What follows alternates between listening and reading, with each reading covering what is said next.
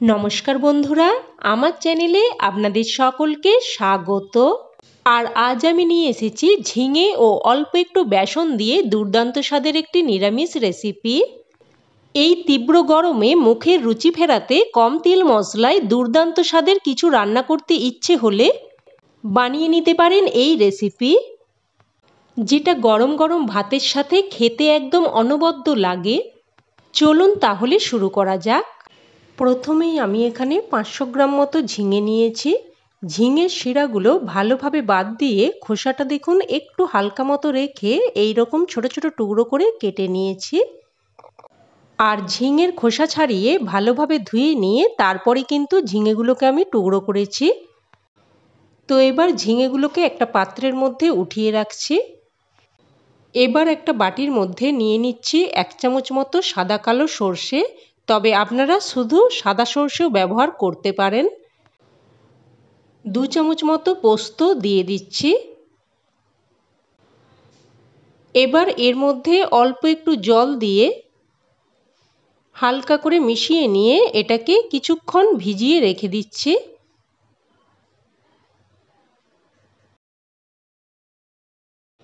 এবার একটা বাটির মধ্যে নিয়ে নিচ্ছি 100 গ্রাম মতো বেসন,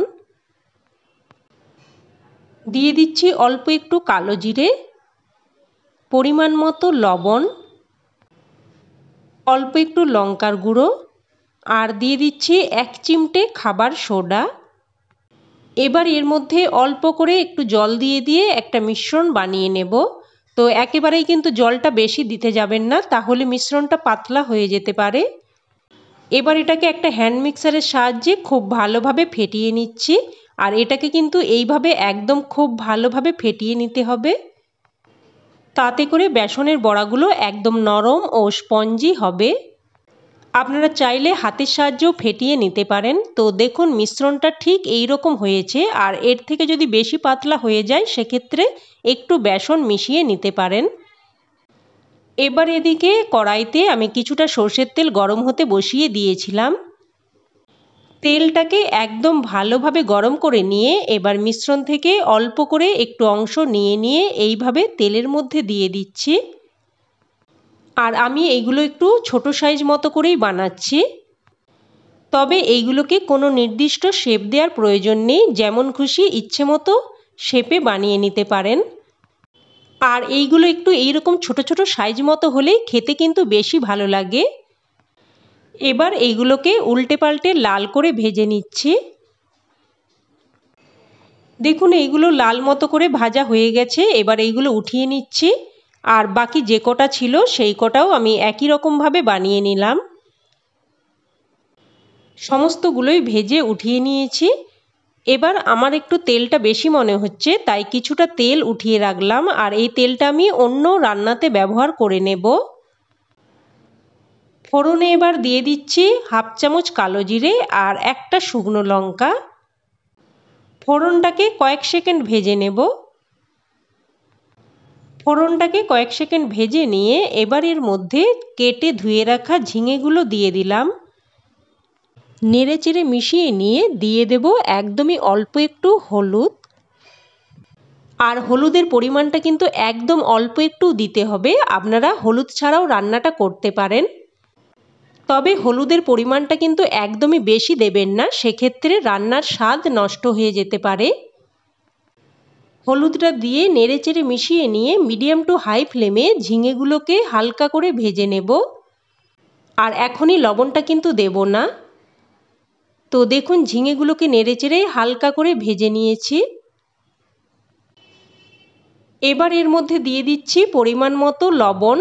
আর রান্নার সমস্ত লবণটা কিন্তু এখনই দিয়ে দিলাম। আর লবণটা মেশানোর সাথে সাথেই দেখুন ঝিঙে থেকে জল বেরোতে শুরু করেছে। লবণটা দিয়ে মিশিয়ে নিয়ে এবার এর মধ্যে দিয়ে দিলাম পরিমাণ মতো গরম জল। এখানে প্রায় 1/2 বাটি মতো গরম জল দিয়েছি। এবার একটা ঢাকা চাপা দিয়ে মিডিয়াম ফ্লেমে 4 থেকে 5 মিনিট মতো হতে দেব। এবার এদিকে যে মশলাটা ভিজিয়ে রেখেছিলাম ওটা দেখুন একটু ভিজে গেছে। এর মধ্যে 2টো কাঁচা লঙ্কা দিয়ে শিলেতে করে বেটে নিচ্ছি। আপনারা চাইলে মিক্সিং জারে করেও বেটে নিতে পারেন। তবে পোস্ত কিন্তু শিলেতে করে বাটলেই খেতে বেশি টেস্টি হয়। আর এদিকে প্রায় 4 থেকে 5 মিনিট মতো হয়ে গেছে, ঢাকনা তুলে নিলাম। আর ঝিঙে ভালোভাবে সেদ্ধও হয়ে গেছে। নেড়েচেড়ে একটু মিশিয়ে নিয়ে এবার এর মধ্যে ভেজে রাখা বেসনের বড়াগুলো দিয়ে দিচ্ছি। বেসনের বড়াগুলো দিয়ে মিশিয়ে নেব।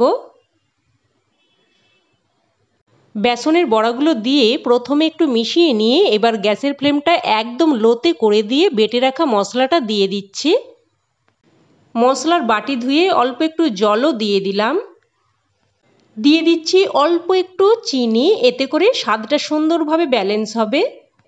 আর ঝিঙে কিন্তু এমনিতেই একটু মিষ্টি হয়, তাই আপনারা অবশ্যই আপনাদের স্বাদ বুঝে মিষ্টিটা দিয়ে দেবেন। চিনিটা দিয়ে ভালোভাবে মিশিয়ে নিলাম। আর আবারও বলছি, গ্যাসের ফ্লেমটা কিন্তু এখন একদম লোতে আছে। পোস্ত কিন্তু কখনোই হাই ফ্লেমে রান্না করবেন না। এবার লো ফ্লেমেই একটা ঢাকা চাপা দিয়ে জাস্ট 1 মিনিট মতো রান্না করে নেব।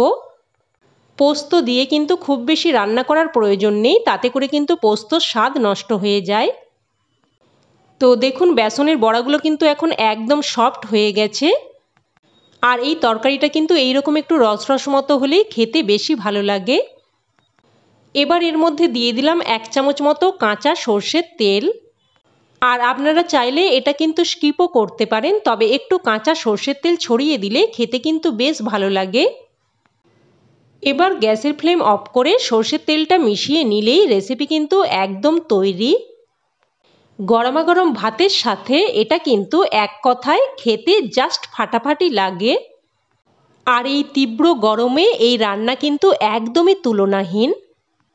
আপনাদের কাছে এইভাবে অবশ্যই একবার বানানোর অনুরোধ রইল। আশা করছি আপনাদের খেয়ে সকলেরই খুবই ভালো লাগবে। তো বন্ধুরা, আজকের রেসিপি আপনাদের কেমন লাগলো অবশ্যই আমাকে কমেন্টে জানাবেন। আর ভালো লেগে থাকলে লাইক শেয়ার করতে যেন ভুলবেন না। আর চ্যানেলে নতুন বন্ধু হয়ে থাকলে চ্যানেলটি সাবস্ক্রাইব করে সাথে থাকার অনুরোধ রইল। সাথে পাশে থাকা বেল বাটনটিও অন করে নেবেন পরবর্তী রেসিপির নোটিফিকেশন সবার আগে পাওয়ার জন্য। আজ তাহলে এই অবধি, আবার অন্য কোনো রেসিপিতে দেখা হচ্ছে। ততক্ষণে সকলে ভালো থাকবেন, সুস্থ থাকবেন আর সকলকে ধন্যবাদ।